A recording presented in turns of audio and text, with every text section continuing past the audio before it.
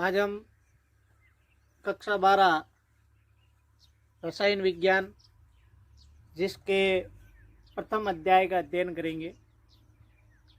शुरुआत करेंगे हम रसायन विज्ञान की, जिसमें पहला जो चैप्टर अपना है, पहला अध्याय जो अपना है वो है ठोस अवस्था, सॉलिड स्टेट। अध्याय 1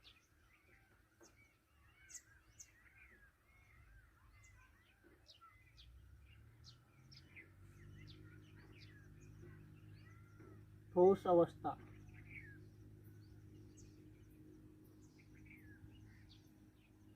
जिसको अंग्रेजी में हम सॉलिड स्टेट कहते हैं।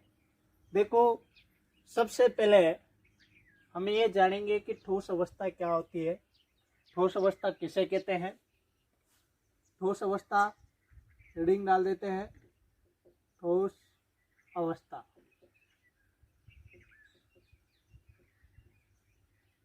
वैसे अवस्था के बारे में अगर हम बात करें तो हम यूं कह सकते हैं कि कोई भी पदार्थ प्रकृति में किस रूप में पाया जाता है।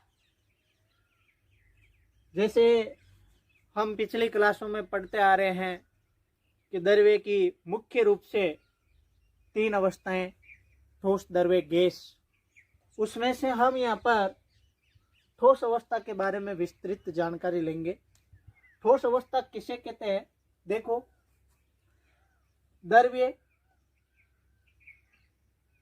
द्रव्य की वह अवस्था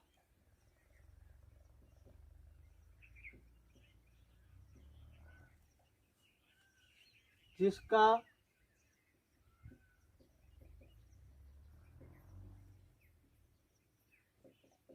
आकार व आयतन निश्चित होता है,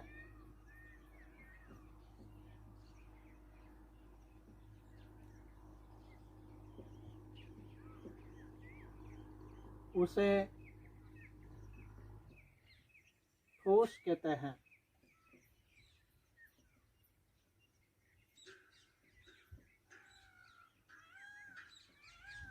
देखो, दोबारा देखें।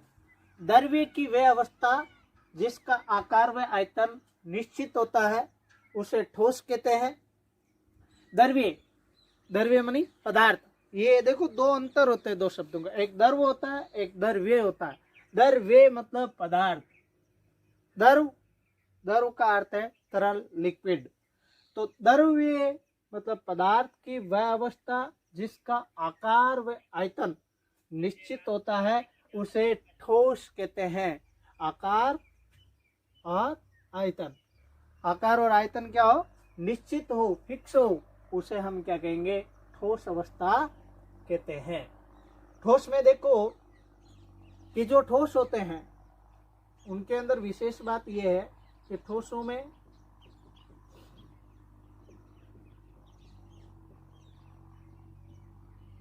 अवयवी कण उनके निश्चित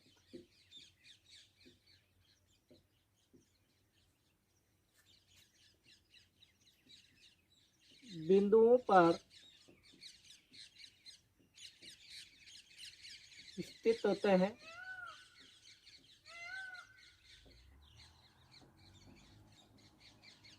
और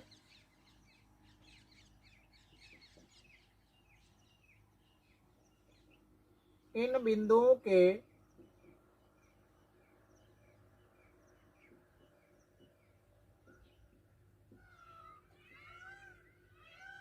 इर्द गिर्द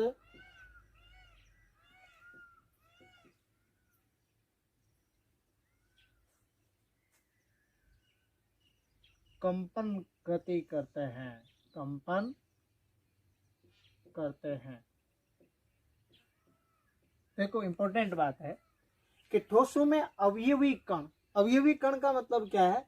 कि वह कण जिससे ठोस बने हुए हैं, जिनसे ठोसों का निर्माण हुआ है, उसे हम कहेंगे अवयवी कण। उसके निश्चित बिंदुओं पर स्थित होते हैं, यानी कि फिक्स बिंदु होता है उस जगह पर, वो बिंदु जिस बिंदु है उस बिंदु पर वो अवयवी कण उपस्थित होगा, और इन्हीं बिंदुओं के इर्द गिर्द वो कण क्या करते हैं, कंपन करते हैं। मेन पॉइंट है अवयवी कण, जो फिक्स निश्चित बिंदुओं पर क्या होते हैं, स्थित होते हैं, और उसी बिंदु के इर्द गिर्द क्या करते हैं, वाइब्रेशन करते हैं, कंपन करते हैं, कंपन गति करते हैं, दोलन करते हैं, ये हम कह सकते हैं। अवयवी कण क्या होते हैं? अवयवी कण में हम इस प्रकार से देख सकते हैं, जैसे ठोस जो होते हैं उनका निर्माण जैसे परमाणु, अणु या आयन। अवयवी कण का अर्थ क्या है? अवयवी कण, तो ठोसों के जो अवयवी कण है, यानी कि जिससे वो बने हैं, वो जैसे परमाणु, अणु या आयन हो सकते हैं। ठोसों के अवयवी कण क्या है? परमाणु, अणु या आयन। इनसे कोई सा भी जो है, चाहे परमाणु से बने हुए हैं, चाहे अणु से बने हुए हैं, चाहे आयन से बना हुआ है ठोस, तो वो उसका क्या है? अवयवी कण है। और वो अवयवी कण क्या होते हैं? उस ठोस की जो आकृति होती है, आकार जो होता है, ज्यामिति जो होती है, उस ज्यामिति के निश्चित बिंदुओं के ऊपर क्या होते हैं? उपस्थित होते हैं, स्थित होते हैं। नेक्स्ट बात हम करेंगे ठोस अवस्था के कुछ गुण या अभिलक्षणों के बारे में। देखो, अभिलक्षण ठोसों के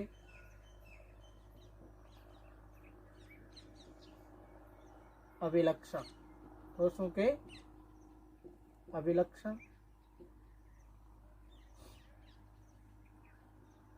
ठोसों के अभिलक्षण में हम बात करें तो यहाँ परिभाषा से हम कुछ बातें हैं वो निकाल सकते हैं।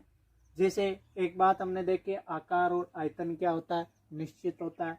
तो पहली बात हम यूं लिख देंगे कि ठोसों का आकार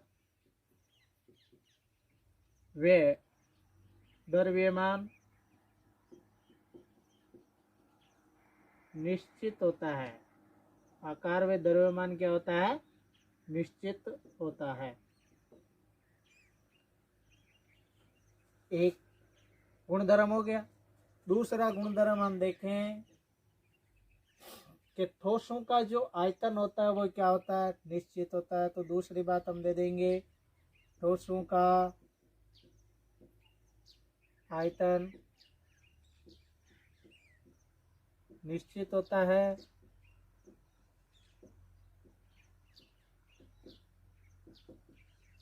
अतः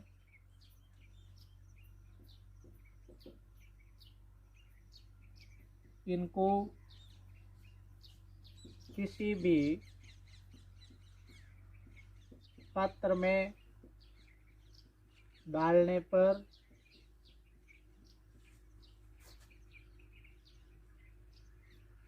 कोई प्रभाव नहीं पड़ता है, कोई प्रभाव नहीं पड़ता है।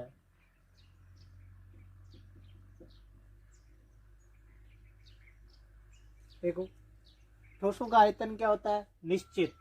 कोई से भी पात्र में डाल दो, उसे कोई फर्क नहीं पड़ता। जैसे ये मार्कर है, इसको हम किसी प्रकार के बर्तन में अगर रखें तो इसके आयतन या आकार में किसी प्रकार का उस पात्र के बनावट से, उस पात्र की आकृति से किसी प्रकार का कोई प्रभाव नहीं पड़ेगा। तो ये दूसरा अभिलक्षण। आगे हम बात करें तो जो ठोस होते हैं, ठोसों में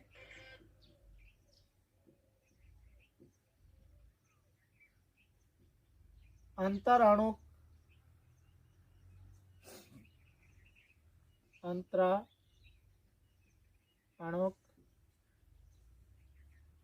बल, जैसे अंतराणुक दूरियां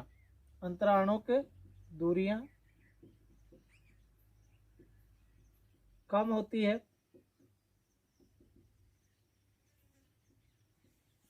जिसे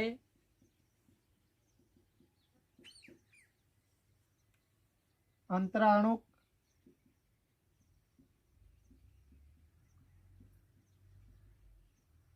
आकर्षण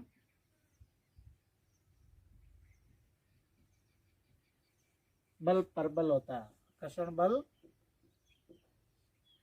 प्रबल होता है।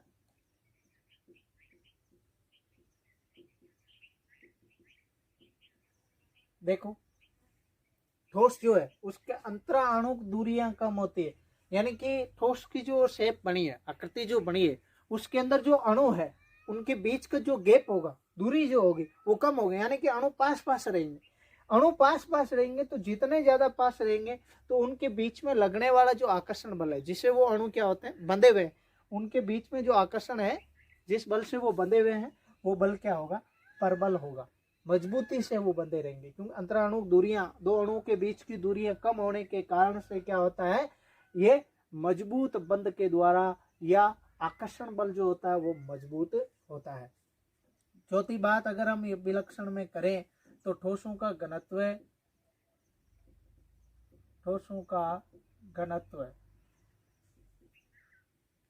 अधिक होता है।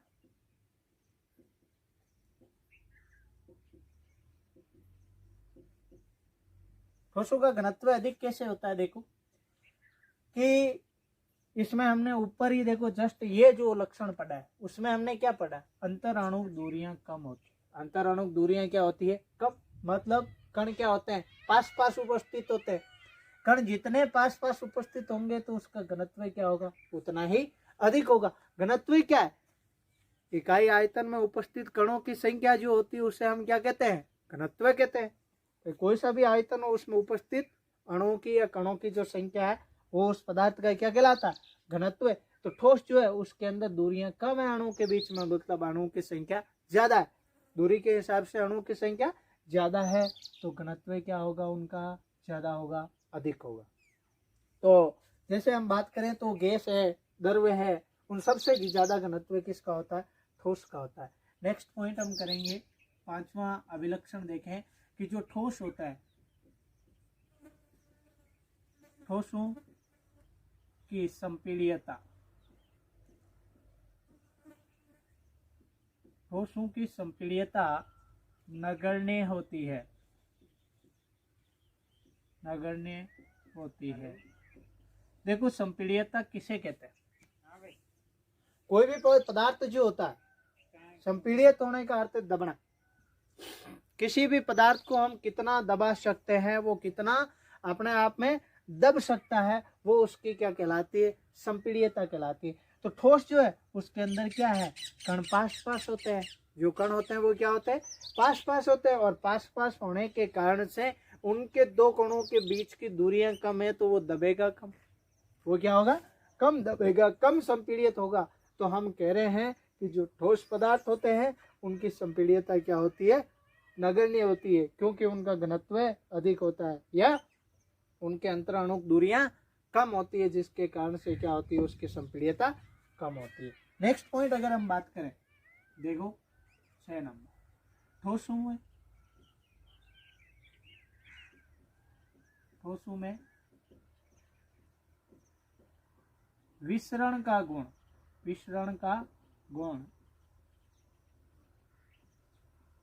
कम पाया जाता है।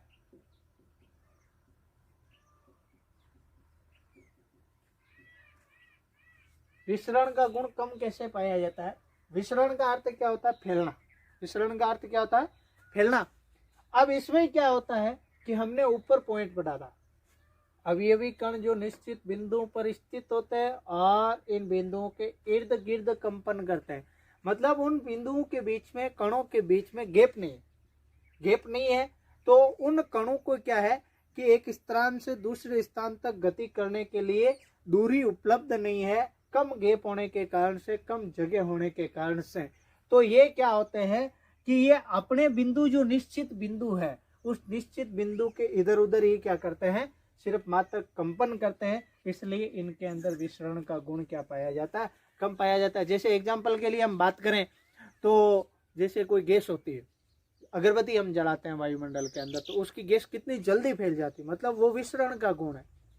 पानी जो होता है उसके अंदर देखो शहद की बूंद डालते हैं, कितनी जल्दी घुलती है, लेकिन ठोसों में ऐसा नहीं होता है। ठोसों का ये गुण जो होता है वो बिल्कुल ही क्या होता है, न के बराबर होता है, नगण्य होता है, कम पाया जाता है। नेक्स्ट अगर हम बात करें अगले गुणधर्म या अगले अभिलक्षण की, तो अगला अभिलक्षण ये है कि ठोस जो होते हैं, ठोस पदार्थ एक निश्चित ताप पर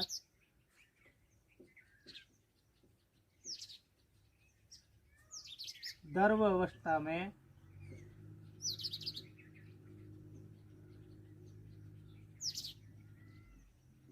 बदल जाते हैं।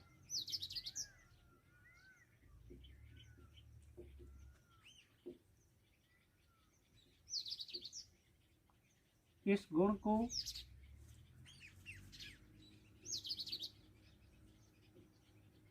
गलनांक कहते हैं।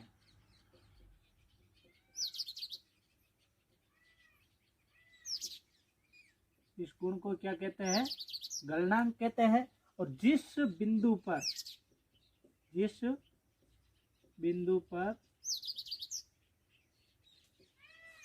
ठोस द्रव में बदलते हैं उसे गलनांक बिंदु कहते हैं। गलनांक बिंदु कहते हैं। देखो, इम्पोर्टेंट है, बहुत इम्पोर्टेंट पॉइंट है कि जो ठोस पदार्थ होते हैं वो एक निश्चित ताप पर क्या होते हैं? द्रव अवस्था में परिवर्तित हो जाते हैं, द्रव में बदल जाते हैं। इस गुण को क्या कहेंगे? यानी कि ठोसों के द्रव में बदलने की प्रक्रिया जो होगी उसको हम क्या कहेंगे? गलनांक कहेंगे। और जिस बिंदु पर ठोस द्रव में बदलते हैं उस बिंदु को हम क्या कहते हैं? गलनांक बिंदु। एक निश्चित टेम्परेचर होगा, जैसे एग्जाम्पल के लिए हम बात करेंगे जल की। जल की बात करते हैं तो जल में क्या होता है? बर्फ की ले ले, जल की ले ले, तो जल को अगर हम बर्फ है, जैसे ठोस अवस्था में जल का ठोस रूप क्या है? बर्फ है। बर्फ को हम क्या करते हैं? 0 डिग्री सेंटीग्रेड टेम्परेचर देते हैं, तो 0 डिग्री सेंटीग्रेड पर वो पिघल कर क्या होता है? द्रव अवस्था में आ जाता है। तो वो 0 डिग्री सेंटीग्रेड जो है वो उसका क्या है? गलनांक बिंदु है।